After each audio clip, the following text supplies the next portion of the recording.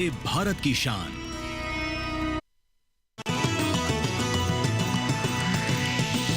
DD किसान, बदलते भारत की शान।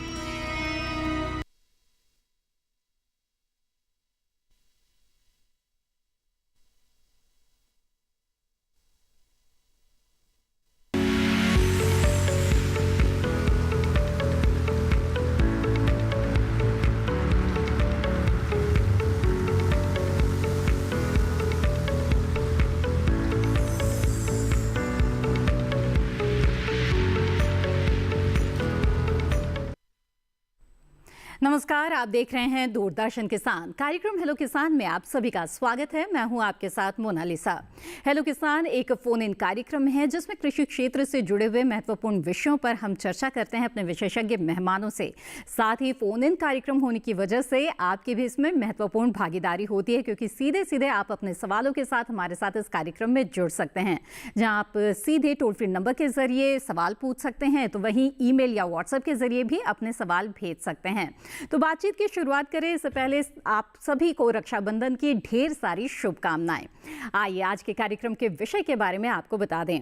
हेलो किसान कार्यक्रम में आज हम जिन विषयों पर चर्चा करने जा रहे हैं वो बेहद ही महत्वपूर्ण विषय हैं। इन पर नजर डाल लेते हैं। प्रधानमंत्री फसल बीमा योजना, इस विषय पर खासतौर पर बातचीत होगी इस कार्यक्रम के दौरान। इसके साथ ही खरीफ फसलों में खरपतवार नियंत्रण, इस विषय पर भी किसानों के साथ हमारे विशेषज्ञ मेहमानों के साथ यहाँ पर विस्तार से चर्चा करेंगे और आप अपने सवालों के साथ इस कार्यक्रम में जरूर जुड़ें। तो आइए आपको बता दें कि किस तरह से आप हमारे साथ जुड़ सकते हैं। आप टोल फ्री नंबर पे कॉल कर सकते हैं। नोट कर लें हमारा टोल फ्री नंबर जिस पर आप कॉल कर सकते हैं।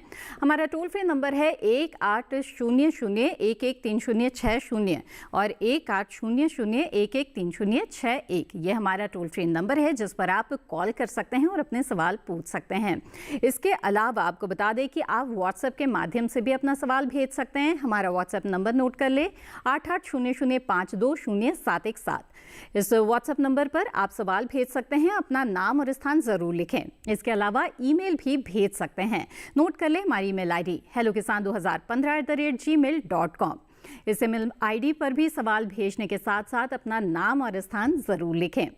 हमारे जो विशेषज्ञ मेहमान हैं, आइए अब उनसे आपका परिचय करा देते हैं। हमारे साथ स्टूडियो में मौजूद हैं डॉक्टर प्रवीण चंद्र सुधाकर। आप हैं मुख्य प्रबंधक भारतीय कृषि बीमा कंपनी नई दिल्ली से। बहुत बहुत स्वागत है आपका। साथ ही इस कार्यक्रम में इस वक्त हमारे साथ मौजूद हैं डॉक्टर रमनजीत कौर। आप प्रधान वैज्ञानिक है शस्य विज्ञान संभाग IRI पूसा नई दिल्ली से। बहुत बहुत स्वागत है आपका। Thank you. आइए चर्चा की शुरुआत करते हैं और प्रधानमंत्री फसल बीमा योजना के बारे में जानते हैं, क्योंकि ये सरकार की एक बेहद ही महत्वाकांक्षी योजना है। तो डॉक्टर सुधाकर सबसे पहले बताएं हमें इस योजना के बारे में। कई सालों से ये योजना चल रही है और किस तरह से ये जो योजना है वो किसानों के लिए लाभकारी साबित होती है उस समय जब सबसे ज़्यादा विकट परिस्थिति में किसान होता है। जैसा कि आपने बताया कि बहुत सालों से लागू है ये योजना। 2016 से प्रधानमंत्री महोदय ने इसे लॉन्च किया है। इसके तहत किसानों को बुआई विफलता से लेकर के कटाई के 15 दिन बाद तक की नुकसान की क्षतिपूर्ति का प्रावधान है। तो इसमें देखा गया है कि किसान, आप देखिए कई बार ऐसा होता है कि कम वर्षा या बहुत अधिक पानी हो गई तो जो बुआई की होती है वो या तो जन्म नहीं पाता या फिर जन्मने के बाद तुरंत ही ख़त्म हो जाता है। तो उस केस में किसानों को तुरंत ही भरपाई का प्रावधान है। इसमें जो नॉर्मल बुआई का पीरियड है उसके 15 दिन के अंदर अंदर अगर ऐसा होता है तो सरकार जो है, राज्य सरकार कंसर्न डिस्ट्रिक्ट कमेटी के माध्यम से इसको तुरंत नोटिफाई करती है और किसानों को जो बीमित राशि है उसका 25% तुरंत दे दिया जाता है जी। उसके बाद आप देखेंगे, और अगर कई बार होता है कि फसल अच्छी चल रही होती है तो कटाई के पहले तक कुछ ना कुछ प्राकृतिक आपदा आ जाती है। तो कुछ नामित आपदाएं हैं उसके कारण, जैसे कि ओलावृष्टि है, जल प्लावन है, या आकाशीय बिजली गिरने से होती है, या फिर मिट्टी कटान वगैरह, इस तरह से जो आती है उसके कारण से कुछ कुछ चुनिंदा खेतों में नुकसान होती है। तो उसको सर्वे के माध्यम से भी अगर किसान सूचना देता है तो सर्वे के माध्यम से क्षतिपूर्ति का प्रावधान किया जाता है। बिल्कुल। तो जानेंगे विस्तार से कि किस तरह के जोखिमों की क्षतिपूर्ति किसानों को मिलती है, किस तरह से इस योजना से वो किसान जुड़ सकते हैं जो अब तक नहीं जुड़ पाए हैं। विस्तार से बातचीत करेंगे, लेकिन आइए उससे पहले नजर डाल लेते हैं इस रिपोर्ट पर।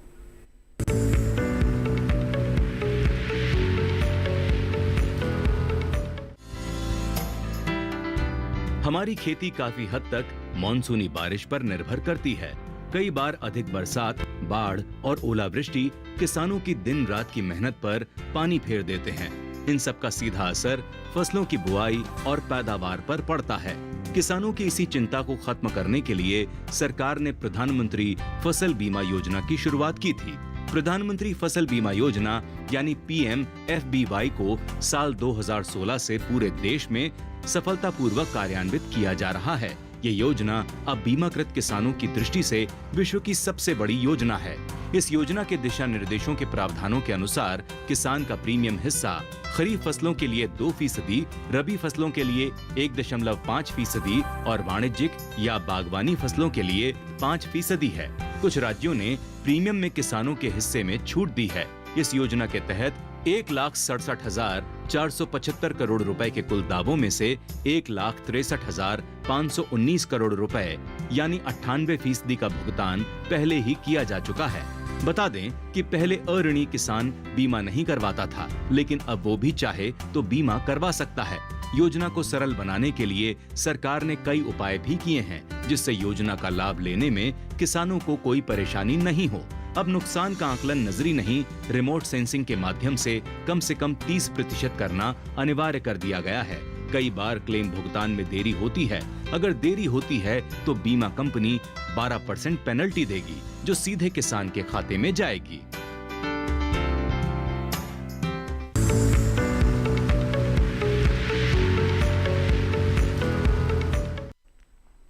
जी हाँ, तो ये रिपोर्ट आपने देखी और इस योजना के बारे में जाने, इस पर आगे भी बातचीत जारी रहेगी। लेकिन आइए खरपतवार नियंत्रण के बारे में भी यहाँ पर जानते हैं। डॉक्टर रमनजीत, आपसे जानना चाहेंगे कि ये जो खरपतवार है, इन्हें क्यों फसलों का दुश्मन कहा जाता है? ये किस हद तक किसान को नुकसान पहुँचा सकते हैं? हाँ जी, इसके बारे में ज़रूर बताएंगे। इनको दुश्मन इसलिए बोला जाता है क्योंकि ये हमारी फसलों का नुकसान करते हैं और नुकसान की जो अवधि है वो 10% से लेके 5% से लेके ये 80% तक चले जाते हैं। कई बार अब अगर किसान भाई नहीं इनका नियंत्रण करेंगे तो उनकी जो पूरी की पूरी फसल है वो ख़त्म हो जाती है। तो हम खेती इसीलिए करते हैं कि हमें कुछ मुनाफा हो। तो मुनाफा तो फार्मर को चाहिए ही, इसीलिए वो अपना जोखिम से फिजिकली जो भी श्रम करेगा। बिल्कुल, किसानी उसमें काफी लागत भी किसान लगाते हैं, लेकिन अगर खरपतवार का नियंत्रण सही तरीके से न किया तो नुकसान उठाना पड़ सकता है। तो ऐसे में किस किस तरह के खरपतवार जो है आपको परेशान कर सकते हैं, खासतौर पे खरीफ फसलों की बात की जाए तो कैसे इसका नियंत्रण करें, इस पर आगे बातचीत करेंगे। आइए उससे पहले नजर डाल लेते हैं इस रिपोर्ट पर।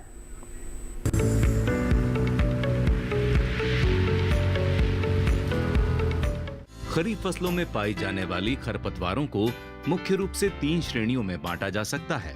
पहला, चौड़ी पत्ती वाली खरपतवार। ये 2 बीज पत्रीय पौधे होते हैं जिनकी पत्तियां चौड़ी होती हैं, जैसे सफेद मुर्ग, कनकौआ, जंगली जूट और जंगली तंबाकू। दूसरी, सकरी पत्ती वाली खरपतवार। इसको घास कुल की खरपतवार भी कहते हैं। इस कुल की खरपतवारों की पत्तियां लंबी और पतली होती हैं, जैसे सांवा, दूब घास। तीसरी तरह की खरपतवार होती है मोथा वर्गीय खरपतवार। इस कुल की खरपतवारों की पत्तियां लंबी और तना 3 किनारों वाला ठोस होता है। इनकी जड़ों में गांठें होती हैं, जैसे मोथा। धान की प्रमुख खरपतवार सावा, कोदो, कनकौआ, जंगली जूट, मोथा और जंगली धान है। मक्का, ज्वार, बाजरा में दूब घास, कनकौआ, जंगली जूट, सावा और मोथा खरपतवार उगाती हैं। वहीं खरीफ की दलहनी और तिलहनी फसलों में महकुआ, हजारदाना, कनकौआ, सफेद मुर्ग, समा और मोथा उगाती हैं। खरपतवार नियंत्रण की बात करें तो निवारण विधि अपना सकते हैं। इस विधि में वे सभी शस्य क्रियाएं शामिल हैं जिनके जरिए खेतों में खरपतवारों के उगने को रोका जा सके, जैसे उन्नत किस्मों के प्रमाणित बीजों का इस्तेमाल, अच्छी तरह से सड़ी गोबर खाद और कंपोस्ट खाद का इस्तेमाल, ग्रीष्मकालीन जुताई, खेती की तैयारी और सिंचाई नालियों की साफ सफाई। दूसरी ओर यांत्रिक विधि भी खरपतवारों पर नियंत्रण की आसान और प्रभावकारी विधि है। वहीं सब्जी फसलों में बंद गोभी की बात करें तो इसमें खरपतवार नियंत्रण के लिए रोपाई से पहले बेसालीन 2.5 लीटर या स्टॉम्प 3.3 लीटर प्रति हेक्टेयर की दर से छिड़काव कर हल्की सिंचाई करें। दवा का इस्तेमाल करने से पहले कृषि विशेषज्ञों की सलाह ले सकते हैं।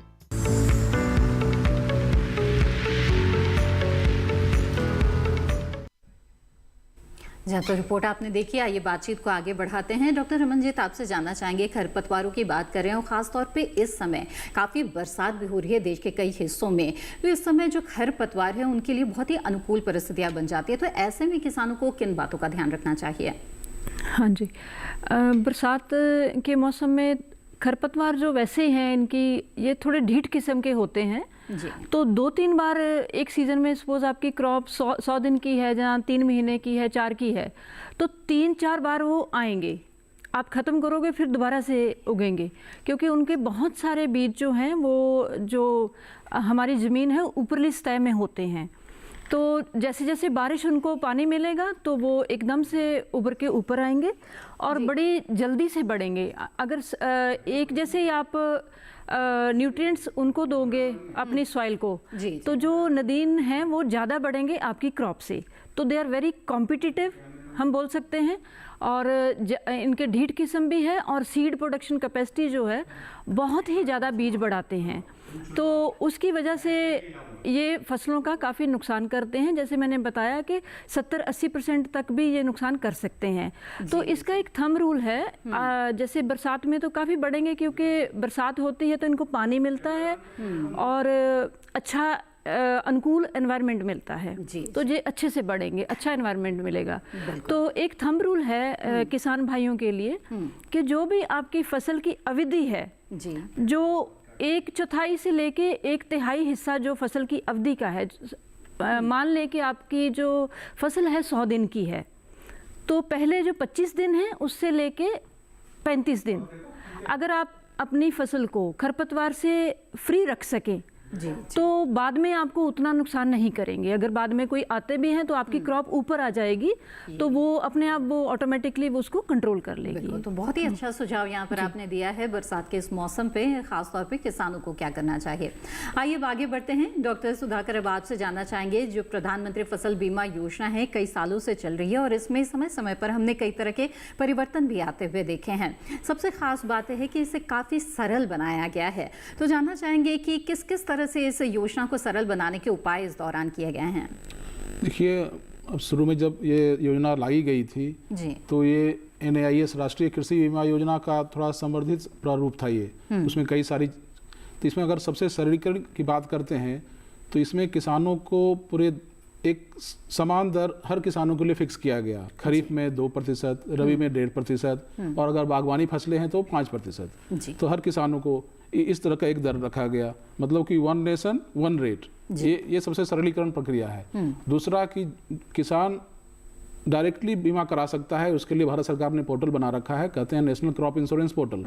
तो कोई भी किसान अपनी स्वेच्छा से उस पोर्टल में जाए, अपना रजिस्ट्रेशन कराए और बीमा ले सकता है। और उसकी वो जिस भी राज्य का है उस राज्य में एक बीमा लेने की अवधि होती है, इसको कट ऑफ डेट कहते हैं। जनरली खरीफ में 31 जुलाई होती है, रबी में 31 दिसंबर होता है। लेकिन भारत सरकार ने इस बार किसानों को हित को ध्यान में रखते हुए इसे 25 अगस्त तक बढ़ा दी है। तो जो किसान ऋणी हैं, जिसने बैंकों से लोन ले रखा है, वो बैंक में जा सकते हैं और बैंकों को कह सकते हैं कि अगर उसका प्रीमियम नहीं काटा गया है तो 25 तारीख तक समय है। जैसे 25 तारीख शायद रविवार है तो 26 तारीख एक दिन अपने आप बढ़ जाता है। योजना प्रावधान है कि अगर अंतिम दिन जो है अगर छुट्टी का दिन है तो एक दिन बढ़ा दिया जाता है। तो 26 तारीख तक किसानों को मौका है, जो लोन ले रखा है वो बैंकों में जाएं और बैंकों को कहें, वो पैसा काटेंगे और उनका बीमा स्वाभाविक रूप से अपने आप हो जाएगा। ये कुछ सरलीकरण किया गया है। और सबसे इम्पोर्टेंट जो चेंज लाया गया है किसानों को हित में ध्यान रखते हुए, कई बार होता है कि जो उपज के आंकड़े इकट्ठे किए जाते हैं जिससे कि हम गणना करते हैं कि किसान को नुकसान हुआ या नहीं हुआ है, तो उसके लिए पहले क्रॉप कटिंग एक्सपेरिमेंट होती थी, मैनुअल पद्धति थी। तो उसको भारत सरकार ने रेशनलाइज करने के लिए एक इसमें टेक्नोलॉजी इन्फ्यूजन किया है, जिसमें कि कम से कम 30% उसका भार दिया गया है जो कि टेक्नोलॉजी डिराइव्ड यील्ड से करेंगे। मतलब कि जो टेक्नोलॉजी है, रिमोट सेंसिंग टेक्नोलॉजी उसको कहते हैं, उसके माध्यम से उपज की गणना की जाएगी, उसका 30% वेट दिया जाएगा और दोनों जो आपको क्रॉप कटिंग एक्सपेरिमेंट का जो यील्ड आएगा और जो RST का यील्ड आएगा, दोनों को मिला करके 70 और 30 का रेशियो में जो नया यील्ड आएगा वही उसी के आधार पर किसानों को क्षतिपूर्ति गणना की जाएगी। इससे क्या है, जो कई बार होता क्या है कि खेत में क्रॉप कटिंग नहीं हो पाती है या कई कारणों से समस्या होती है, तो RST से वो सब समस्या नहीं आएगी और ये जल्दी जल्दी काम हो पाएगा, जिससे उसको किसानों को जल्दी से बीमा का लाभ मिल पाएगा। बिल्कुल। तो भारत विकास की रफ्तार में काफ़ी तेज़ी से आगे दौड़ रहा है और ऐसे में जो तकनीकी का इस्तेमाल है वो भी हर क्षेत्र में बढ़ने लगा है, तो कृषि भी इसमें अछूता नहीं है। कृषि क्षेत्र में भी तकनीकी का भरपूर इस्तेमाल हो रहा है। तो इन विषयों पर विस्तार से हमारी बातचीत जारी रहेगी। साथ ही आप भी अपने सवालों के साथ हमारे साथ जरूर जुड़े इस कार्यक्रम के दौरान, लेकिन फिलहाल वक्त हो गया एक छोटे से ब्रेक का। आप बने रहें दूरदर्शन किसान पर।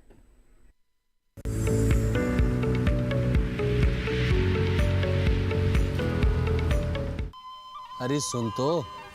मुझे क्या सुनाना चाहते हो? जो सुनाओ मेरी सौतन को। किसको? अरे वही तुम्हारा मोबाइल फोन जिससे सुबह शाम दिन रात चिपके रहते थे और कहते थे किसान कॉल सेंटर से बातें हो रही हैं। अच्छा ये बात है। हाँ क्यों, क्या हुआ? अब बात नहीं होती क्या? अब तो झट से बात हो जाती है। ऐसा क्या? हाँ, अब तो ज्यादा लाइनें और खास तकनीक के कारण खेती के माहिरों से तुरंत बात हो जाती है। और अगर कभी लाइन व्यस्त हो तो अपनी समस्या फोन पर रिकॉर्ड करा दो, वहाँ से फोन आ जाता है और समस्या की हल का मैसेज भी आ जाता है। ये देखो आ गया। अरे वाह, इसका मतलब इंतजार की घड़ी अब खत्म। हाँ। तभी मैं सोचूं कि आजकल मुझ पर इतना प्यार क्यों आ रहा है। कृषि संबंधी समस्याओं का अपनी भाषा में तुरंत हल पाने के लिए पूरे भारत में किसी भी फोन से हेल्पलाइन नंबर पर संपर्क करें। किसानों का दोस्त किसान कॉल सेंटर।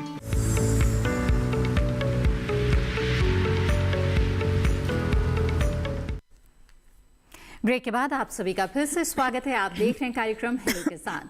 इस कार्यक्रम में आज हम खास तौर पर बात कर रहे हैं प्रधानमंत्री फसल बीमा योजना और इसके साथ ही बातचीत हो रही है खरीफ फसलों में खरपतवार नियंत्रण के बारे में। इन विषयों से जुड़ी हुई जानकारी अगर आप चाहते हैं तो आप हमारे टोल फ्री नंबर पर कॉल कर सकते हैं या फिर व्हाट्सएप या ईमेल के माध्यम से भी अपना सवाल हमें भेज सकते हैं। इस वक्त हमारे साथ एक कॉलर जुड़ गए हैं, आइए उनका सवाल लेते हैं। विपिन जी इस वक्त हमारे साथ फोन लाइन पर हैं, सागर मध्य प्रदेश से। आइए उनसे बात करें।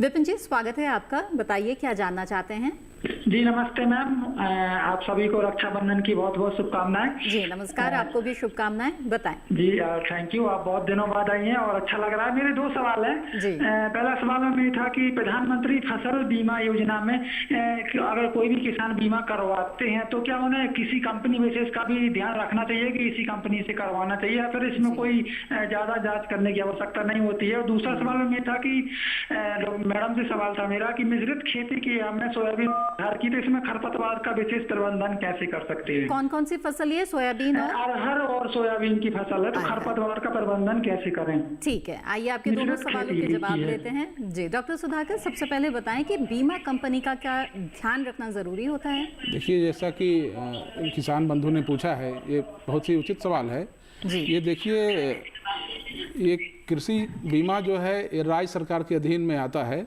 इसके तहत राज्य सरकार पूरे स्टेट को, पूरे राज्य को डिस्ट्रिक्ट का ग्रुप मिला के क्लस्टर बनाती है। उसके आधार पे वहाँ पर वो टेंडर निकालती है। जो भी कंपनी सबसे कम रेट देती है उस टेंडर में, उस कंपनी वो क्लस्टर पूरे उनको दे दिया जाता है। जैसे ये सागर के हैं तो सागर में जो कंपनी काम कर रही होगी, राज्य सरकार ने जिसे अधिसूचित किया है, सिर्फ उन्हीं के माध्यम से बीमा करा सकते हैं। उनकी जानकारी के लिए बता दूं कि सागर डिस्ट्रिक्ट में भारतीय कृषि बीमा कंपनी ही काम कर रही है। तो किसी के जो भी वहाँ के लोकल रिप्रेजेंटेटिव हैं वो ब्लॉक लेवल पे भी हैं और जिले स्तर पे भी हैं, उनसे संपर्क करके वो बीमा का लाभ ले सकते हैं। जी, और दूसरा सवाल इनका ये था कि सोयाबीन और अरहर की अगर फसल ली हुई है तो किस तरह से खरपतवार नियंत्रण करें? जी डॉक्टर रमनजीत को। हाँ जी सागर जी, मैं बताना चाहूँगी कि अरहर की जो क्रॉप है ना, फसल है आपकी, अब तो मुझे लग रहा है कि 2 महीने की हो गई होगी, पर अगले साल के लिए अब तो जो होता है ना खरपतवार प्रबंधन, वो आपने जैसे बिजाई करी है तो उसके प्री इमरजेंस जो उससे पहले कर सकते हैं, फसल उगने से पहले खरपतनाशी जो है हर्बिसाइड, वो ही रिकमेंड करते हैं अरहर के लिए। पेंडीमेथिलीन है 1 से 1.5 kg आप कर सकते हो पर हेक्टेयर के बेस पे, और एक्टिव इंग्रेडिएंट के बेस पे करना है, कमर्शियल डोज नहीं है ये। जी। तो ये करना कब है? जैसे आज आपने क्रॉप की अपनी बिजाई करी है फसल की अरहर की, तो 2 से 3 दिन के अंदर अंदर इसको करना है। जी। अगर आप किसी वजह से भूल जाते हो तो फिर उसके बाद आप मैनुअल लेबर लगा के उसकी निराई गुड़ाई जो है वो 3 हफ्ते बाद और 6 हफ्ते बाद करवा सकते हो। इसमें जो फसल उगने के बाद हमारे पास कोई भी हर्बिसाइड नहीं है जो कि हमें अप्लाई कर पाएँ, जहाँ आपको सिफारिश कर पाएँ। दूसरी बात की आपने सोयाबीन की, सोयाबीन के लिए भी है कि जैसे आपने जुलाई में भी अगर करी है सोइंग तो आपकी क्रॉप अब 2 महीने जहाँ से ऊपर या थोड़ा सा 5-10 दिन का फ़र्क होएगा उसके आसपास होएगी। तो इसमें भी एक तो सिफारिश करते हैं हम कि जैसे आपने फसल की बिजाई करी है उसके 2-3 दिन के अंदर अंदर आपने पेंडिमेथिलीन जो दवाई है 1 से 1.5 किलो पर हेक्टेयर करना है एक्टिव इंग्रेडिएंट के बेस पे। हाँ, इसमें है। सोयाबीन में हम एक और सिफारिश करते हैं जो कि आप फसल उगने के बाद भी करते हो 20 से 25 दिन के बाद, वो है इमेस्थापायर। उसको आपने 100 से 150 ग्राम लेना है पर हेक्टेयर और उसको 300 से 400 लीटर पानी में घोल के 20 से 25 दिन की आपकी क्रॉप होगी तब आप कर सकते हो। तो ये जैसे हमने रिपोर्ट में बताया था कि 3 तरह के हमारे जो खरपतवार होते हैं, संकरी पत्ती वाले, चौड़ी पत्ती वाले, एक सेजेस होते हैं जो मोथा वगैरह। जी। तो ये इसका ब्रॉड स्पेक्ट्रम है, जो चौड़ी पत्ती और संकरी पत्ती दोनों जो खरपतवार हैं दोनों तरह के, उनको अच्छे से इसको रोकथाम करेगा। सोयाबीन में प्री भी है, पोस्ट भी है, बट अरहर में सिर्फ प्री इमरजेंस एप्लीकेशन ही सिफारिश की गई। बिल्कुल। तो विपिन जी, बहुत ही विस्तार से जानकारी मिल गई है आपको आपके दोनों सवालों की। उम्मीद है इस जानकारी का लाभ आप जरूर उठाएंगे। आइए अब आगे बढ़ते हैं। इस बीच अगले कॉलर हमारे साथ जुड़ गए हैं, उनसे बात करते हैं। मदन तिवारी जी सिवान बिहार से हमारे साथ फोन लाइन पर हैं। मदन जी, स्वागत है आपका, पूछिए अपना सवाल। मदन जी, मेरी आवाज मिल रही है तो कृपया टीवी सेट की आवाज बंद कर दीजिए, बातचीत में रुकावट आएगी। हेलो मदन जी, मेरी आवाज मिल रही है आपको? हेलो जी, मदन जी, आपसे गुजारिश करेंगे कि टीवी की आवाज बंद कर दीजिए।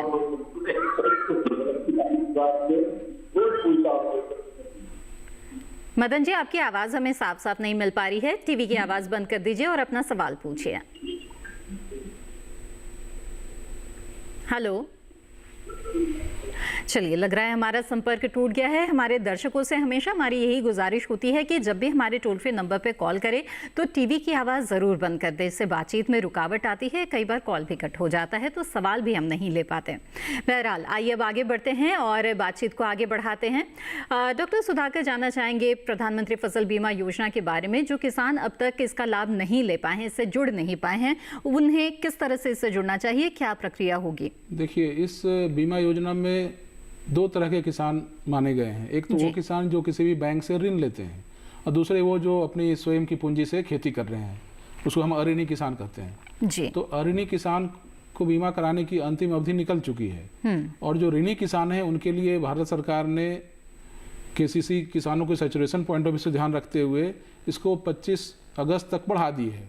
तो जो किसान ऋण ले रखे हैं, जैसे अभी पहले भी मैंने बताया, वो बैंक में जिस बैंक से भी लोन ले रखा है वो ब्रांच में जाएं, ब्रांच मैनेजर से कहें कि अगर उसने बीमा नहीं कराया हुआ है उनका, तो उनको आप कहें कि उनका प्रीमियम काटा जाए और वो बीमा के दायरे में आ सकते हैं। जी जी, बिल्कुल। आइए अब आगे बढ़ते हैं। व्हाट्सएप के जरिए भी हमारे सवाल आने शुरू हो गए हैं दर्शकों के, और ऐसा ही एक सवाल लेते हैं जो भेजा है श्रावस्ती उत्तर प्रदेश से। पप्पू पटेल जी लिखते हैं कि क्या मैं बीमा राशि के बारे में जान सकता हूं? तो डॉक्टर सुधाकर बताएं कि फसल बीमा की जो राशि होती है उसके बारे में जानकारी कहां से और कैसे ले सकते हैं? बीमा राशि से जैसा मैं समझ पा रहा हूँ कि बीमा की अगर बात करते हैं तो बीमा राशि हम उसे कहते हैं जिसमें कि अधिकतम भरपाई होती है, जिसको हम बीमित राशि कहते हैं। अच्छा। तो इसमें फसल के हिसाब से प्रति हेक्टेयर राज्य सरकार निर्धारित करती है। जिसे अमूमन आप ध्यान देंगे तो धान के लिए 50 से 70 हज़ार रुपये प्रति हेक्टेयर, जो कि औसतन लागत मूल्य होती है उस जिले में, जो कि वहाँ की डिस्ट्रिक्ट लेवल बैंकिंग कमेटी है, जो टेक्निकल कमेटी होती है, वो डिसाइड करती है कि किस जिले में कितनी लागत रखी जाएगी और राज्य सरकार उसको जिलेवार अधिसूचित करती है, उसको हम बीमा राशि कहते हैं। और अगर ये दावा राशि की बात कर रहे हैं जी, क्योंकि किसान जनरली दावा राशि की बात करते हैं, तो दावा राशि वो राशि होती है जिसमें कि जो क्षति होती है, जितने की क्षतिपूर्ति की जाती है। अगर उपज की कमी आई, मान लीजिए 20% उपज की कमी आई, एक गारंटीड उपज होती है, उससे अगर 20% कमी आई तो जो बीमित राशि है उसका 20% इनको देय होता है। अच्छा, ये है बीमा राशि का प्रावधान। जी जी। आइए अब आगे बढ़ते हैं। इस बीच हमारे साथ अगले कॉलर जुड़ गए हैं, उनका सवाल यहाँ पर शामिल करते हैं। मोहम्मद आरिफ जी उत्तर प्रदेश से इस वक्त हमारे साथ फोन लाइन पर हैं। आरिफ जी स्वागत है आपका, बताइए क्या जानना चाहते हैं। जी वो नमस्कार। नमस्कार, बताएं। जी वो मैडम, ये जैसे उड़द है, मूंग है और मूंगफली है जी, इनमें कौन सा खरपतवार जो नाशक जो इसमें डालें जो इसमें ना उगे? क्योंकि अक्सर करके हम लोग मई जून में जो इसको बोते हैं तो उस टाइम में खरपतवार ज्यादा हो जाते हैं। इसके नियंत्रण के बारे में जी बिल्कुल, आइए जानते हैं। जी डॉक्टर रमनजीत बताएं। हाँ जी, आपने पूछा है कि मूंग और मूंग, उड़द और मूंगफली और जी मूंगफली जी, हाँ, तीनों में आपको थोड़ा सा इसमें ध्यान रखना पड़ेगा क्योंकि गर्मी में हम इसको बिजाई करते हैं और बरसात की वजह से इसमें खरपतवार आते हैं। संकरी पत्ती वाले भी आएंगे, चौड़ी वाले भी आएंगे, पर आपको ध्यान रखना है अगर तो आपके पास है कि चलो लेबर है काम करने के लिए, तो हम कोशिश करते हैं कि 4 हफ्ते बाद और 6 हफ्ते बाद 2 इसकी निराई गुड़ाई करें, वो ज़रूरी है जी। और आप कोशिश करें कि जो आपने फसल पहले काटी है उसका जो बचा खुचा है जिसको आप मल्च बोलते हैं, जैसे आपने मूंग और मैश की सोइंग करी है, पहले हमने हार्वेस्ट करा है गेहूं जी, तो गेहूं का बचा खुचा जो पार्ट होता है कंबाइन से अगर काटा है गया है तो उसका जो बचा पार्ट है उसमें थोड़ा सा जो खाली, क्योंकि लाइन टू लाइन भी इसमें काफ़ी फासला रहता है, तो हमने करना है कि जो खरपतवार है उनको जगह नहीं देनी जी, ना ही वो न्यूट्रिएंट ले पाए ना रोशनी ले पाए, ना जो वो जगह ले पाए कि वो उसको प्रॉपर स्पेस मिले कि वो बाहर आए और आपकी फसल के साथ compete करे, वो हमने उसको रोकना है।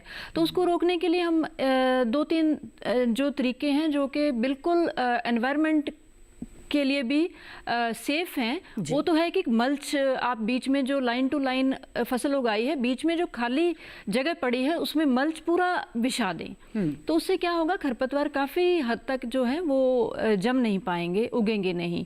और दूसरा है कि जो कई बार होता है कि जैसे आपने मक्का उगाया है, जहाँ कमाद शुगर केन उगाया है, जहाँ कॉटन उगाया है, तो इसमें कोशिश करें कि जो जल्दी जल्दी फास्ट ग्रोइंग क्रॉप्स होती हैं, कुछ काओपी वगैरह, उसको लगा लें, चाहे वो चारे के लिए लगा लें, तो वो 30-35-45 दिन में आपकी क्रॉप वो चारे के लिए तैयार हो जाती है। उसको आप हार्वेस्ट कर लो, तो वो भी एक तरीका है कि खरपतवार नहीं आएंगे उस जगह पर, क्योंकि हमने जगह उनको दी नहीं। तो जो खरपतवार ने न्यूट्रिएंट्स वगैरह लेने थे, पानी लेना था, वो हम एक दूसरी फसल को दे रहे हैं जी।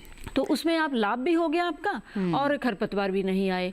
और एक मैं जो हर्बिसाइड बताना चाह रही हूँ वो एक ही है जो बिजाई के 2-3 दिन पहले ही आपने आज फसल की बिजाई करी है, तो 2 या 3 दिन के अंदर अंदर ही डालना है। वो एक ही है पेंडिमेथिलीन, जो कि 1 से 1.5 किलो एक्टिव इंग्रेडिएंट के बेस पे पर हेक्टेयर के बेस पे लगाना है। 500 लीटर पानी में घोल के आप उसको 2-3 दिन के अंदर अंदर स्प्रे कर सकते हो। यही एक इसमें है। और अभी रिसर्च कर रहे हैं, क्योंकि अभी जो पोस्ट इमरजेंस हर्बिसाइड है उन पे काम हो तो रहा है, पर वो सेफ भी नहीं है। हमने साथ के साथ अपनी सॉइल की हेल्थ को भी देखना है, एनवायरनमेंट को भी देखना है, तो इसीलिए बिल्कुल वाजिब बात है कि फसल तो अच्छी चाहिए ही, लेकिन इसके साथ साथ पर्यावरण के लिए भी सोचना बेहद ही ज़रूरी है। आगे बढ़ते हैं, अगले कॉलर का रुख करते हैं। इस वक्त हमारे साथ फोन लाइन पर जुड़े हुए हैं युवराज शिंदे जी, लातूर महाराष्ट्र से। युवराज जी स्वागत है आपका, बताइए क्या सवाल है। हेलो जी युवराज जी, आप अपना सवाल पूछ सकते हैं। तो सोयाबीन में जो येलो मुझे पीला कलर के पत्ते हो रहे हैं, किस फसल में आप बता रहे हैं? अच्छा सोयाबीन जी। तो डॉक्टर रमनजीत, आप इस सवाल को लेना चाहेंगी? सोयाबीन के पत्ते पीले हो रहे हैं जो बोला उन्होंने, है ना। मेरा जो समझ में आ रहा है, एक तो 2 कारण हो सकते हैं। एक तो है कि पानी कई बार ज़्यादा हो जाता है, अगर बारिश ज़्यादा आ गई है, खेत में पानी खड़ा हो गया है, तो तुरंत उसका निकास कर दें, तो उससे भी काफ़ी फ़र्क पड़ जाएगा। इसके अलावा आप थोड़ा सा उसको यूरिया डाल दें, नाइट्रोजन, तो वो डेफिशिएंसी हो सकती है। अगर वो फिर भी नहीं ठीक होता तो आसपास कोई कृषि विज्ञान केंद्र वगैरह होएगा तो हो सकता है वो आयरन की डेफिशिएंसी हो या नाइट्रोजन की, तो वो आप वहाँ से चेक करवा सकते हैं, पर पानी खड़ा नहीं होना चाहिए। मेरे को लगता है क्योंकि बरसात का मौसम चल रहा है तो ज़्यादा से ज़्यादा ये लिंक कर रहा है, हो सकता है पानी ज़्यादा भर गया हो तो उसकी वजह से हो सकता है। बिल्कुल, तो युवराज जी ज़रूर अपने खेतों में जल निकासी की व्यवस्था रखें और बहुत ज़्यादा अगर संशय हो तो नज़दीकी कृषि विज्ञान केंद्र से ज़रूर संपर्क करें। इसी के साथ यहाँ पर कार्यक्रम में वक्त हो गया है एक और छोटे से ब्रेक का। हम जल्द हाजिर होंगे और हमारी चर्चा जारी रहेगी। आप बने रहें दूरदर्शन किसान पर।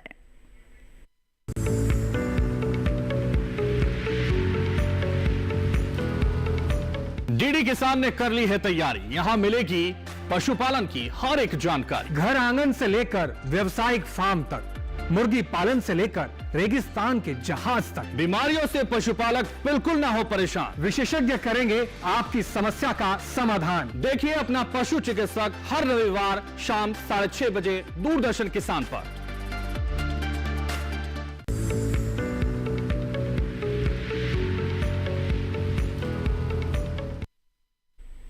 ब्रेक के बाद आप सभी का फिर से स्वागत है कार्यक्रम हेलो किसान में, जिसमें प्रधानमंत्री फसल बीमा योजना और साथ ही खरीफ फसलों में खरपतवार नियंत्रण के बारे में हमारी चर्चा जारी है। इन विषयों से जुड़े हुए सवाल पूछ सकते हैं आप हमारे टोल फ्री नंबर के जरिए जुड़कर, या फिर व्हाट्सएप या ईमेल के माध्यम से भी अपना सवाल भेज सकते हैं। सवाल भेजने के साथ साथ अपना नाम और स्थान भी जरूर लिखें। बहुत सारे हमारे दर्शक हैं जो सवाल भेज रहे हैं। आइए एक सवाल को यहाँ पे शामिल करते हैं। व्हाट्सएप के जरिए सवाल भेजा है अंकुर सहाय जी ने आजमगढ़ उत्तर प्रदेश से। जानना चाहते हैं कि प्रधानमंत्री फसल बीमा योजना की शुरुआत कब और किस उद्देश्य से की गई थी, क्या ये सभी फसलों के लिए होता है? जी डॉक्टर सुधाकर। ये देखिए, हम प्रोग्राम के शुरू में भी बता चुके हैं कि ये योजना 2016 में शुरू की गई थी जी। और योजना का मुख्य उद्देश्य था कि किसान अगर फसल में नुकसान होता है तो उसको वापस अपने पैरों पे खड़ा किया जा सके, तो फाइनेंशियल जो लॉस है उसको पूरा कर सके और उसकी जो है जिंदगी जो है प्रभावित ना हो जी। और इसमें आप देखें कि और इसमें मेरे ख्याल से और हो जी, ये भी जानना चाहते हैं कि क्या सभी फसलों के लिए बीमा कराया जा सकता है? जो भी ये आप देखिए, राज्य सरकार इसे अधिसूचित कर दी है किन फसलों का किस जिले में और किस ग्राम पंचायत में बीमा करना है जी। तो जो भी ग्राम पंचायत में मुख्य फसलें हैं, जैसे आजमगढ़ की बात कर रहे हैं तो मेरे ख्याल से खरीफ में वहाँ पे धान ही मुख्य फसल होगी, तो धान है या मक्का है, ये दोनों फसल आपके यहाँ अवश्य ही बीमित हो रही होगी।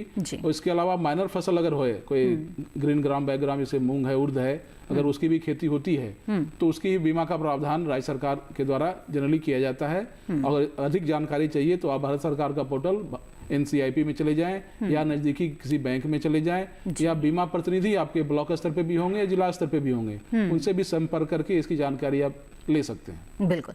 तो डॉक्टर सुधाकर, यहाँ पर ये भी बताते चले कि किसी एक फसल के लिए अगर बीमा कराया है लेकिन अब फसल कोई और लेना चाहते हैं, फसल बदलना चाहते हैं, तो फिर ऐसे में क्या प्रक्रिया होती है? देखिए, इसके लिए एक योजना में प्रावधान है, जिसे आपको बताया कि किस बीमा लेने की अंतिम तिथि है 31 जुलाई जी। तो अगर किसान ने बीमा योजना कहती है कि आप या तो फसल लगा चुके हों या लगाने की प्लानिंग कर रहे हो, दोनों आधार पे बीमा ले सकते हैं। और आपने बीमा ले लिया, मान लीजिए जून में ही या जुलाई के फर्स्ट वीक में ले लिया, बीमा ले लिया आपने धान का, और आपने बाद में डिसाइड किया कि उसी खेत में हमें मक्का लगाना है जी। तो आप मक्का लगा लीजिए, लेकिन आप पोर्टल पे या कंपनी को या NCIP जो पोर्टल हमारा है वहाँ जाकर के कट ऑफ डेट जो 31 जुलाई है उस एक सप्ताह के पहले आपको वहाँ बताना होगा कि हमने वो फसल बदल ली है जी जी। अगर आप नहीं बता पाएंगे तो आप माना जाएगा कि आपने धान का बीमा किया है, और अगर आपके खेत में खुदा ना खास्ता नुकसान हो जाएगी तो आपको सर्वे में फिर पाया जाएगा कि आपने वहाँ मक्का लगा रखा है, तो आपको बीमा के दायरे से बाहर माना जाएगा जी। तो आइए अब आगे बढ़ते हैं, कुछ और जानकारियां लेते हैं। और खरीफ की प्रमुख फसलों में धान है, तो ऐसे में डॉक्टर रमनजीत आपसे जानना चाहेंगे कि जो धान की खेती कर रहे हैं किसान, उन्हें किन किन तरह के खरपतवारों से आशंका है और उन्हें क्या करना चाहिए इन खरपतवारों से छुटकारा पाने के लिए? धान में भी ना मेनली जो हमने रिपोर्ट में जैसे बताया था कि 3 तरह के खरपतवार होते हैं जी जी। चौड़ी पत्ती वाले भी आएंगे और संकरी पत्ती वाले भी, और ज़्यादा नुकसान जो करते हैं वो सेज जो तीसरे बताया था, मोथा टाइप जो होते हैं, जिनका तिकोना होता है स्टेम। तो ये तीनों तरह के धान में नदीन आएंगे, क्योंकि पानी भी लगातार मिलता रहता है, बरसात भी होती है। तो इसमें हमने पहले तो ध्यान रखना है किसान भाइयों ने कि रोज खेत में जाके देखना है कि किस तरह के नदीन उसके खेत में है। क्योंकि अगर संकरी पत्ती वाले हैं तो उनके अलग हर्बिसाइड हैं स्प्रे करने के लिए, अगर सिर्फ चौड़ी पत्ती वाले हैं तो उसके लिए अलग से हैं, अगर मोथा टाइप है तो वो उसके अलग से हैं। तो उसने देखना है कि सिर्फ संकरी पत्ती वाले हैं, सिर्फ चौड़ी पत्ती वाले हैं या मिक्स हैं। तो अगर तो सिर्फ संकरी पत्ती वाले हैं तो एक हर्बिसाइड है, काफ़ी अच्छा सिफारिश करते हैं हम उसको, साहेलोफॉप करके है जी, तो उसको कर सकते हैं स्प्रे। अगर है दोनों के, ग्रास भी है, संकरी पत्ती वाला भी है और साथ में साथ चौड़ी पत्ती वाला है, तो एक बहुत ही आजकल चल रहा है और मुझे लगता है हर किसान भाइयों को पता होएगा, बिस्पायरीबैक करके एक सोडियम करके एक खरपतनाशी आ रहा है और वो स्प्रे कर सकते हैं। पर इसको स्प्रे करने के लिए ये पोस्ट हैं, जैसे आपका धान 20-25 दिन का हो गया, 30 दिन का हो गया, तो 30 दिन तक भी आप जो है कर सकते हैं। शुरू में तो जो करना है ब्यूटाक्लोर वगैरह करते हैं, प्रोटेला क्लोर करते हैं, वो प्री इमरजेंस है। अच्छा, ठीक है डॉक्टर रमनजीत, इस पर बातचीत आगे बढ़ाएंगे, लेकिन इस बीच हमारे साथ अगले कॉलर जुड़ गए हैं, उनका सवाल यहाँ पर शामिल कर लेते हैं। इस वक्त मंडी हिमाचल प्रदेश से हमारे साथ जुड़े हुए हैं आसाराम शर्मा जी, आइए उनसे बात करते हैं। आसाराम जी, स्वागत है आपका, पूछिए अपना सवाल। नमस्कार जी, नमस्कार, बताएं। जैसे हमारे मतलब यहाँ पर देखो जी, बंदरों के कारण फसलें बिल्कुल बर्बाद हो रही है जी, खरपतवारों के कारण, बंदरों के जी, बंदर जी जी जी, ठीक है। तो इसके विषय में भी सरकार कोई क्या नाम कर रही है जी। तो डॉक्टर सुधाकर बताएं, क्या फसल बीमा योजना के अंतर्गत ये शामिल है अगर बंदरों से फसल को नुकसान हो रहा है तो? देखिए जी, ये पूरे गांव के लिए हो रहा है जी। हम यहाँ 35-40 पड़ोसी है और हमारी फसलों का बिल्कुल नुकसान हो चुका हुआ है जी। कि कौन सी फसल के कुछ बताएंगे, कौन सी फसल का नुकसान बंदर ज्यादा कर रहे हैं? कौन सी फसल की बात कर रहे हैं आप, किस फसल पे ज्यादा नुकसान कर रहे हैं? हमारे पास बीन भी है, मक्की भी है, दालें भी है, थोड़ा थोड़ा सेब भी होता है और बेलों को इस बार बिल्कुल छुट्टी कर दी बंदरों ने। तो देखिए, अगर हम फसल बीमा की बात करते हैं तो फसल बीमा का जो अभी स्कीम है भारत सरकार की, प्रधानमंत्री फसल बीमा योजना, तो इसमें जंगली जानवरों से नुकसान की भी प्रावधान है, इसे भरपाई का। लेकिन इसके लिए शर्त यह है कि राज्य सरकार इसे अधिसूचित करे कि जंगली जानवरों से अगर कुछ नुकसान होती है तो उसका ही बीमा आवरण के तहत लाया जाएगा। ऐसी अधिसूचना राज्य सरकार को लानी होती है, लेकिन अभी तक मेरी जानकारी में कोई भी राज्य सरकार इस तरह का प्रावधान अभी तक लागू अपने प्रदेश में नहीं की है। वही आपके हाल हिमाचल प्रदेश का वही हाल है। तो अगर आप संबंधित जो है अधिकारी हैं आपके जिला स्तर पे या राज्य स्तर पे, उनसे अगर अपने किसान भाई मिल करके पूरे ग्रामीण क्षेत्र के आप उनसे रिक्वेस्ट करें, ताकि इस सीजन में तो अब नहीं हो पाएगा, अगले सीजन में कम से कम इसको शामिल किया जा सके इस योजना के तहत। तो जो भी कंपनी वहाँ काम करेगी इसको बीमित करेगी और नुकसान होने पर उसकी क्षतिपूर्ति का व्यवस्था हो सकेगा। जी डॉक्टर सुधाकर, ऐसे में ये भी बता दें कि किस किस प्रकार की क्षति होती है या नुकसान होता है तो उसका जो क्षतिपूर्ति होती है वो किसानों को मिलता है, और क्या समय के साथ इसमें भी कुछ बदलाव आए हैं? देखिए, इसमें आप मुख्यतः आप देखेंगे तो ये क्षेत्र आधारित फसल बीमा योजना है। इसमें है कि मुख्यतः किसी भी कारण से अगर अंत में फसल कटाई के समय उपज में कमी पाई गई, एक निश्चित जो गारंटी उपज होती है, जितनी उपज में कमी पाई जाती है उसी प्रतिशत में उसे क्षतिपूर्ति के प्रावधान इसमें किया गया है। ये तो मुख्य कवर है जो हमें किसी भी तरह से उपज में कमी होनी चाहिए। और दूसरा है इसमें, जिसे मैंने पहले भी सेक्शन में बताया था कि सोइंग फेलियर है, मतलब बुआई विफलता है। दूसरी है कि आपके इंडिविजुअल खेतों में कुछ आपदा ऐसी होती है जो कि सभी खेतों में ना लागू हो, कुछ खेतों में, जैसे ओलावृष्टि है, जल प्लावन है, भूस्खलन है, आकाशीय बिजली गिरने से आग लगना है। तो इन सब कारणों से अगर किसी किसान भाई के खेत में 1-2 खेत में नुकसान होता है तो वो बीमा कंपनी को या भारत सरकार का पोर्टल है, सेंट्रलाइज पोर्टल है, टोल फ्री नंबर है 1447, उस पर भी शिकायत दर्ज कर सकते हैं। तो अगले 48 घंटे या 10 दिन के अंदर उस खेतों का सर्वे होगा और जितनी क्षतिपूर्ति होगी सर्वे के माध्यम से उन किसान भाइयों को नुकसान के 1 महीने के अंदर उनको खाते में देने का प्रावधान है। और तीसरा है कि कटाई के बाद भी अगर कटाई हो गई, कुछ फसलों को हम कटाई के बाद भी खेतों में फैलाना पड़ता है उसको सुखाने के लिए, तो कम से कम 15 दिन तक, अगर 15 दिन तक खेतों में फैला हुआ है आपका फसल सुखाने पर्पज से, सिर्फ ऐसा ना हो कि किसी और कारण से आपने रख रखा हो, ऐसी वो फसल रख रखी उसे सुखाने की जरूरत ही ना हो, तो वो बीमा दायरे में नहीं आएगा। जो फसल सुखाने के लायक सही में होती है, वो अगर आपने 15 दिन के अंदर अंदर कोई नुकसान हो गई अत्यधिक वर्षा से, तूफान से, तो फिर सर्वे का प्रावधान है। तो इन सब कारकों से अगर नुकसान होता है तो किसान भाई बीमा योजना का लाभ ले सकते हैं। जी बिल्कुल। आइए अब आगे बढ़ते हैं और कुछ और सवालों को यहाँ पे शामिल करते हैं। व्हाट्सएप के जरिए सवाल भेजा है हमारे एक दर्शक ने, शिवचरण जी, सीहोर मध्य प्रदेश से। ये लिखते हैं कि धान की सीधी बिजाई के लिए कौन सा हर्बिसाइड डालें? धान की किस्म उन्होंने बताई है 1509। जी डॉक्टर रमन जी। हाँ, जो आजकल हम पानी की बचत के लिए सिफारिश करते हैं कि जो है सीधी बिजाई धान वाला, वो जो है हमारे किसान भाई उसकी बिजाई करें, है ना। तो इसीलिए जो हम दूसरे, जैसे कि दूसरे धान में जो ट्रांसप्लांट करते हैं, सेम जो दवाई हम वहाँ सिफारिश करते हैं वो इसमें भी आप कर सकते हो।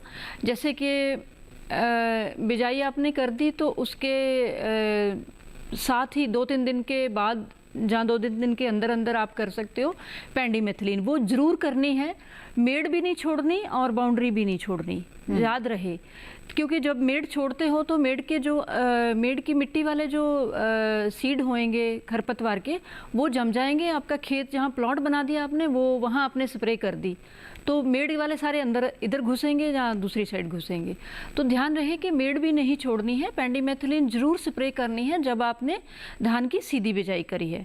उसके बाद आ जाता है कि जो पानी का मैनेजमेंट है वो तो जैसे आप रखना ही है सिफारिश के अनुसार। अगर पोस्ट इमरजेंस की बात करें हम हर्बिसाइड की, तो उसमें बिस्पेरिबैक बहुत ही इफ़ेक्टिव है। उसको आप करें 25 ग्राम लेके और 500 लीटर पानी में मिला के उसको करना है। और पानी आप थोड़ा सा पहले निकाल देना है धान के खेत में से, जब थोड़ा सा रह जाए, थोड़ा सा चलने फिरने लायक हो जाए, तब आप स्प्रे कर सकते हो। इसके अलावा जो मैंने बताया था कि साइहेलोफॉप भी कर सकते हो और बिस्पेरिबैक, दोनों काफ़ी इफ़ेक्टिव हैं। जो भी मिक्स फ्लोरा होएगा खरपतवार का, उसको कंट्रोल करने के लिए दोनों दवाई बहुत अच्छी है। बिल्कुल। आइए अब आगे बढ़ते हैं और अगले कॉलर का रुख करते हैं। इस वक्त हमारे साथ फोन लाइन पर जुड़े हुए हैं कल्याण सिंह जी, उज्जैन मध्य प्रदेश से। कल्याण सिंह जी, स्वागत है आपका, पूछिए अपना सवाल। हेलो जी। हेलो जी कल्याण जी, हम आपको सुन पा रहे हैं, आप अपना सवाल पूछ सकते हैं। सोयाबीन की फसल में पीला मोजक, सोयाबीन की फसल में पीला मोजक आ रहा है। अच्छा, ठीक है डॉक्टर रमनजीत, कुछ उपाय बताना चाहेंगे आप यहाँ पर? हाँ, ये अगर येलो मोज़ेक वायरस की बात कर रहे हो, जो कि एक तरह की एक फ्लाई होती है, मक्खी जिसको बोलते हैं, चिट्टी मक्खी, सफ़ेद मक्खी, वो फैलाती है। तो एक तो है कि जब आपने चयन करा है किसी फसल का, वैरायटी का, किस्म का, तो पूरा ध्यान रखना है कि आपकी जो किस्म है वो सिफारिश की हो उस क्षेत्र में, उसका चयन करें।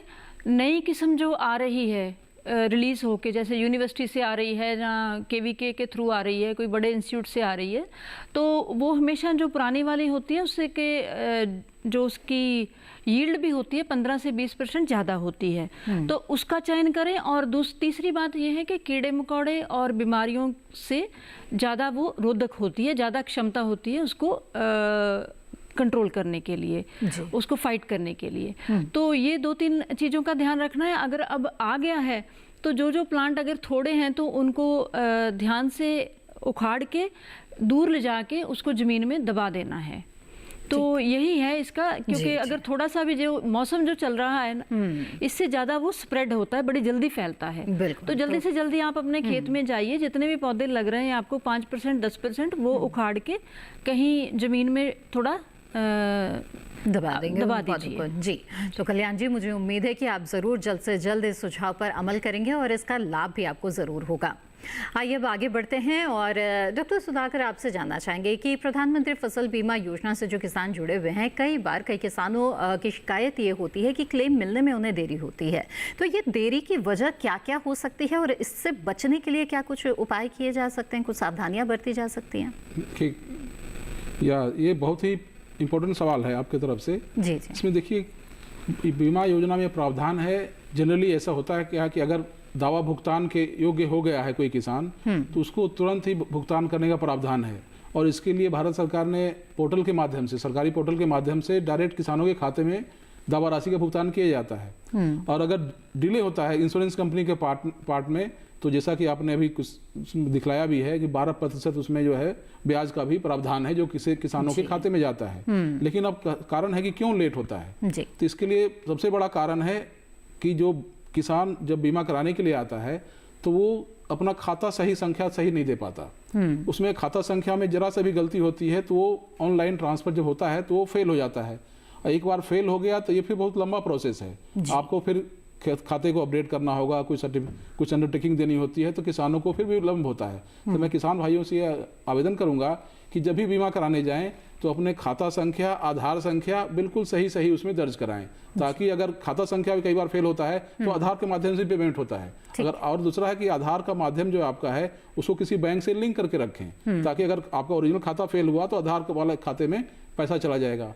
और तीसरा सबसे प्रमुख कारण है कि चूंकि ये सब्सिडी बेस्ड स्कीम है, इसमें राज्य सरकार की भी सब्सिडी आती है, भारत सरकार की सब्सिडी आती है। तो कई बार कुछ सरकारें सब्सिडी जो है रिलीज होने में कुछ विलम्ब हो जाता है किसी तकनीकी कारणों से, तो जब तक सब्सिडी आ नहीं पाती है तो किसानों के खाते में पैसा, फिर वो क्लेम की राशि जा नहीं पाती है। तो ये मुख्यतः प्रमुख कारण है जिसके कारण से किसानों को दावा राशि मिलने में विलम्ब होता है। जी, यानी कि कभी कभी वजह कोई ख़ास नहीं होती है लेकिन धैर्य रखना होता है। लेकिन इसके साथ ही जैसे कुछ सावधानियों के बारे में आपने बताया कि जब आप बीमा योजना से जुड़ रहे हैं, अगर उस समय कुछ सावधानियां बरतने, जो डिटेल्स है वो सही डाले, तब भी जो देरी होती है इसकी आशंका कम हो जाएगी। बहरहाल इसी तरह से प्रधानमंत्री फसल बीमा योजना और खरपतवार नियंत्रण के बारे में बातचीत जारी रहेगी, लेकिन वक्त हो चला है एक और छोटे से ब्रेक का। आप बने रहें हमारे साथ।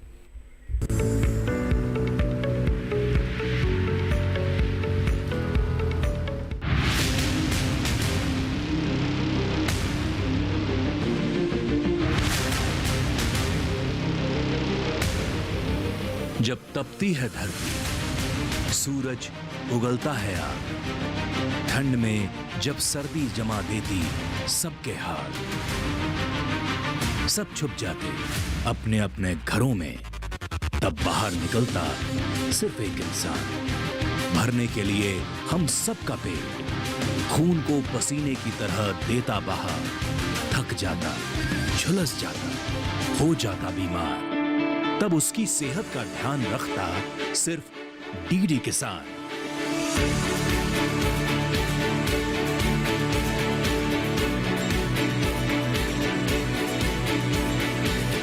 देखिए स्वस्थ किसान शनिवार शाम 6 बजे लाइव, सिर्फ दूरदर्शन किसान चैनल पर।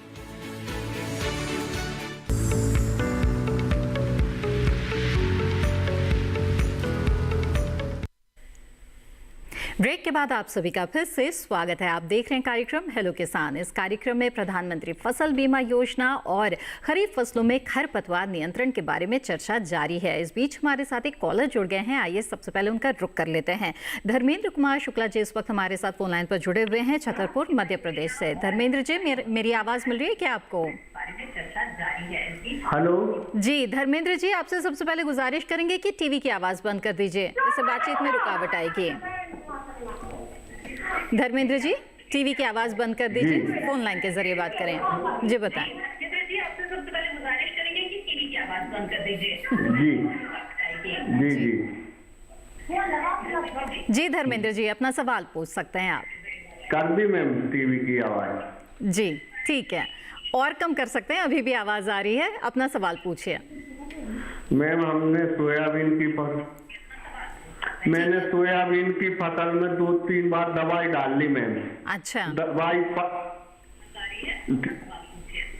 मैम हमने 2-3 बार दवाई डाल दी है खेत में, तो 20 दिन बाद दवाई का असर हुआ है, 20 दिन बाद फिर से नए खरपतवार उगाती है, क्या करें? अच्छा, ठीक है डॉक्टर रमनजीत, बताएं, खरपतवार नाशी का इस्तेमाल कर रहे हैं लेकिन वापस से समस्या आ जा रही है। आपकी फसल कितने दिन की हो गई है, हम पूछ सकते हैं? जी धर्मेंद्र जी, क्या आप हमारे साथ जुड़े हुए हैं? लगता है संपर्क टूट गया है। जी बताएं।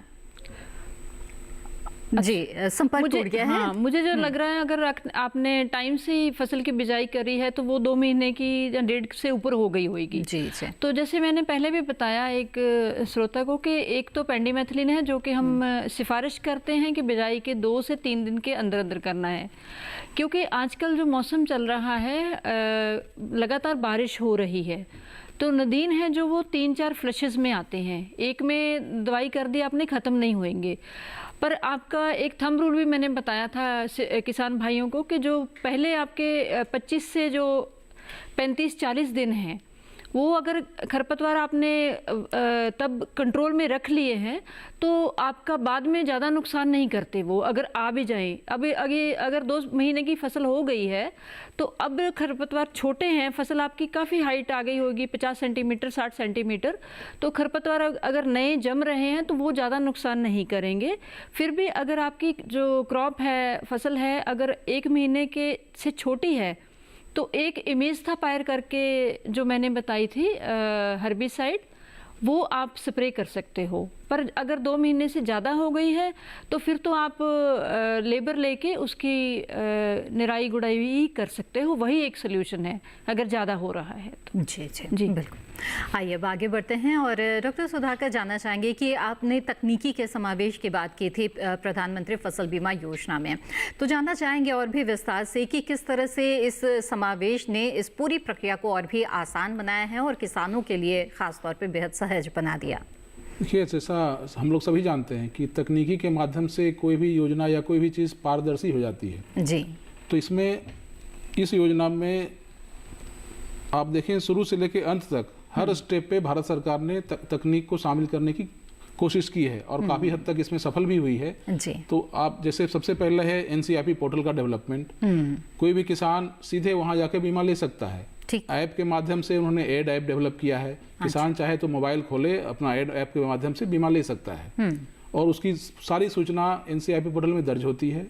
उसके बाद वो उसकी प्रोग्रेस वो देख सकता है, अगर क्लेम हो गई, अगर किसी को दवा की राशि मिली या नहीं मिली, वो भी उस योजना में NCIP में जाकर देख सकता है। दूसरा है, उन्होंने भारत सरकार ने CC जैसे क्रॉप कटिंग एक्सपेरिमेंट की हमने बात करी थी, तो क्रॉप कटिंग एक्सपेरिमेंट राज्य सरकार करती है, तब इस योजना के तहत ऐप का डेवलप किया गया है। तो ऐप के माध्यम से जो भी डेटा है वो तुरंत फ्लो होता है। ऐप के माध्यम से ही क्रॉप कटिंग करनी होती है, डेटा कैप्चर होती है, फोटोग्राफ कैप्चर होती है, वो सीधे सर्वर में जाती है और उपज के आंकड़े तुरंत दर्ज किए जाते हैं। और तीसरा सबसे जो प्रमुख है इसके तहत है रिमोट सेंसिंग के माध्यम से उपज के आंकड़े का गणना करना।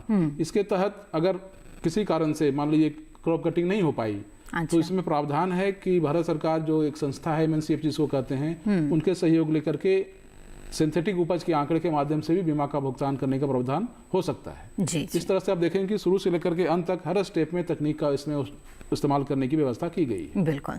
आइए अब आगे बढ़ते हैं और डॉक्टर रमनजीत आपसे जानना चाहेंगे कि खरपतवार नाशी का जो इस्तेमाल किया जाता है उसमें कई तरह के खतरे भी शामिल होते हैं। ऐसे में किसानों को आप क्या सुझाव देना चाहेंगे, किस तरह की सावधानियां उन्हें बरतनी चाहिए खरपतवार नाशी के इस्तेमाल के दौरान? इसमें 4-5 पॉइंट्स हैं जो कि किसान भाइयों को बहुत ही ध्यान रखना चाहिए। जी। एक तो है कि जितना सिफारिश की गई मात्रा वही लें। जी। और अगर गेहूं है या धान है, जो 4-5 साल से एक ही जो सिफारिश करी गई हर्बिसाइड वो ना यूज़ करें, उसको रोटेशन में यूज़ करें, अगले साल 2 साल 3 साल बाद चेंज कर लें। उससे क्या होता है कि जो रेजिस्टेंस की होता है कि जो खरपतवार आज नियंत्रण हो रहे हैं वो 4 साल बाद अगर सेम आप हर्बिसाइड करोगे यूज़ तो नहीं वो कंट्रोल में आएंगे। तो वो चीज़ को अवॉइड करने के लिए रोटेशन बहुत ज़रूरी है कि 4 साल बाद आप दवाई बदल लें और 4 साल बाद नई आती रहती हैं, तो वो कोशिश करनी है। और दूसरा है कि जो सिफारिश मात्रा ही करें और सही जो है तकनीक या विधि से करें। हाँ जी, ठीक है। डॉक्टर रमनजीत, बहुत ही संक्षेप में एक सवाल का जवाब चाहेंगे। व्हाट्सएप के जरिए सवाल भेजा है शरद सिंह पवार जी ने। इनका कहना है कि खरपतवार नाशक के छिड़काव से भूमि बहुत खराब हो रही है, कोई ठोस उपाय विज्ञान के स्तर पर बताएं। यानी कि खरपतवार से छुटकारा चाहते हैं लेकिन रसायनों का इस्तेमाल नहीं करना चाहते हैं। इसलिए मैंने पहले 2 पॉइंट्स बताए थे। एक तो जो पहली आपने फसल की बिजाई करी है उसका अवशेष जो बचा है उसको मल्च के तौर पे जरूर यूज करें।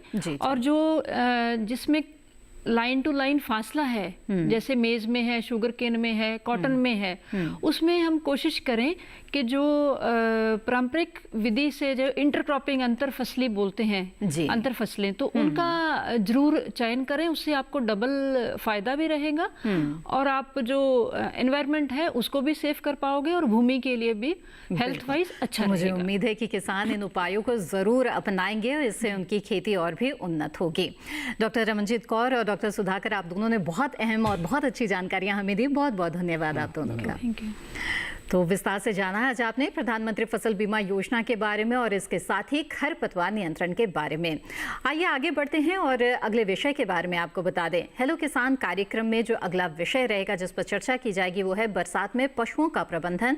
साथ ही बात होगी कार्यक्रम के दौरान अगले विषय पर जो कि है मुर्गी पालन। इन 2 महत्वपूर्ण विषयों पर बातचीत की जाएगी। इस बीच आप अपने सवाल ईमेल के माध्यम से हम तक पहुंचा सकते हैं। नोट कर ले ईमेल आईडी hellokisan2015@gmail.com। इसके साथ ही आपको बता दें कि आप किसान कॉल सेंटर के जरिए सवाल भी दर्ज करा सकते हैं। दूरदर्शन किसान के कॉल सेंटर नंबर पर अगर आप कॉल करना चाहते हैं तो डायल करें 1800-113060 पर। सोमवार से शनिवार सुबह 6 बजे से रात 10 बजे के बीच ये लाइन खुली रहती है और इस दौरान आप कॉल कर सकते हैं।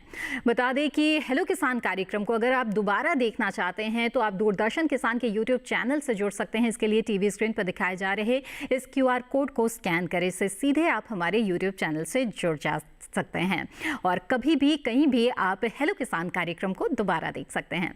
इसी के साथ आज के इस कार्यक्रम में बस इतना ही। हमें दीजिए इजाजत। आप बने रहें दूरदर्शन किसान पर। नमस्कार।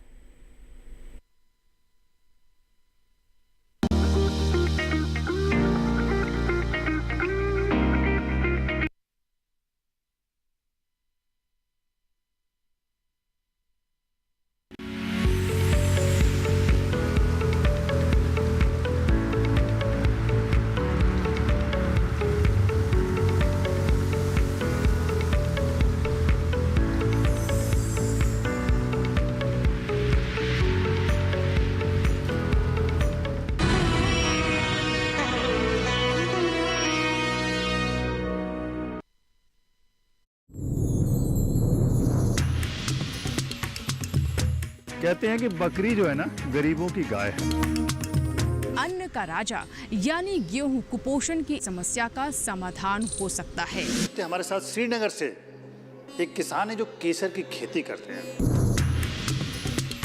श्रीनगर के किसान पारंपरिक तौर पर नदरू की खेती करते आए हैं। आदरणीय प्रधानमंत्री श्री मोदी जी ने आपकी मन की बात पे जिक्र किया था, तब से आपको कितना फायदा हुआ? तब जाके बहुत सारे हमें फोन कॉल्स भी आती है, यहाँ से भी बाहर से भी।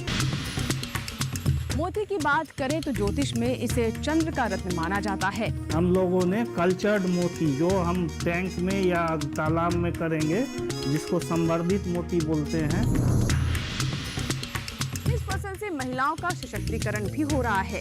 हम अपने पति के ऊपर कभी डिपेंडेंट भी नहीं हुई हूँ। काली हो जाने से देखिए हमारा खास कार्यक्रम कृषि विशेष हर गुरुवार और शनिवार शाम 7 बजे और पुनः प्रसारण शुक्रवार और रविवार सुबह 7 बजे सिर्फ डीडी किसान पर।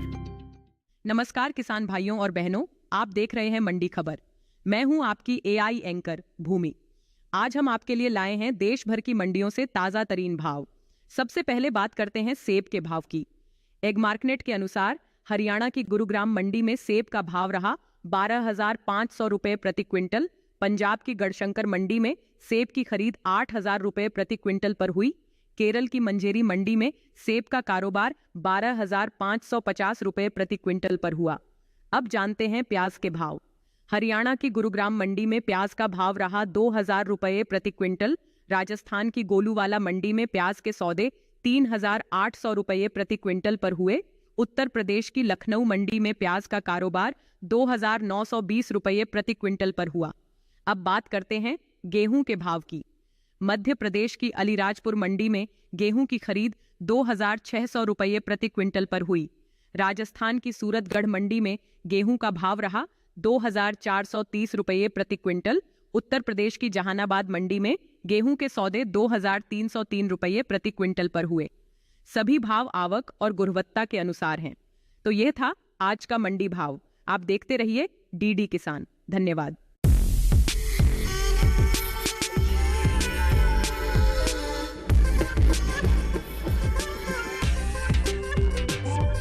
देखिए इको इंडिया प्रत्येक शनिवार सुबह 7:30 बजे सिर्फ डीडी नेशनल पर।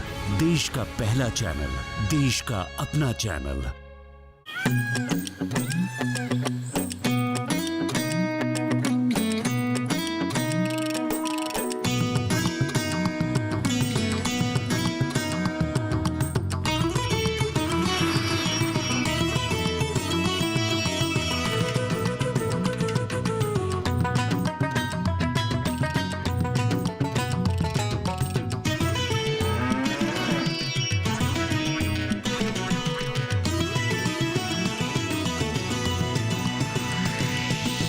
डीडी किसान, बदलते भारत की शान।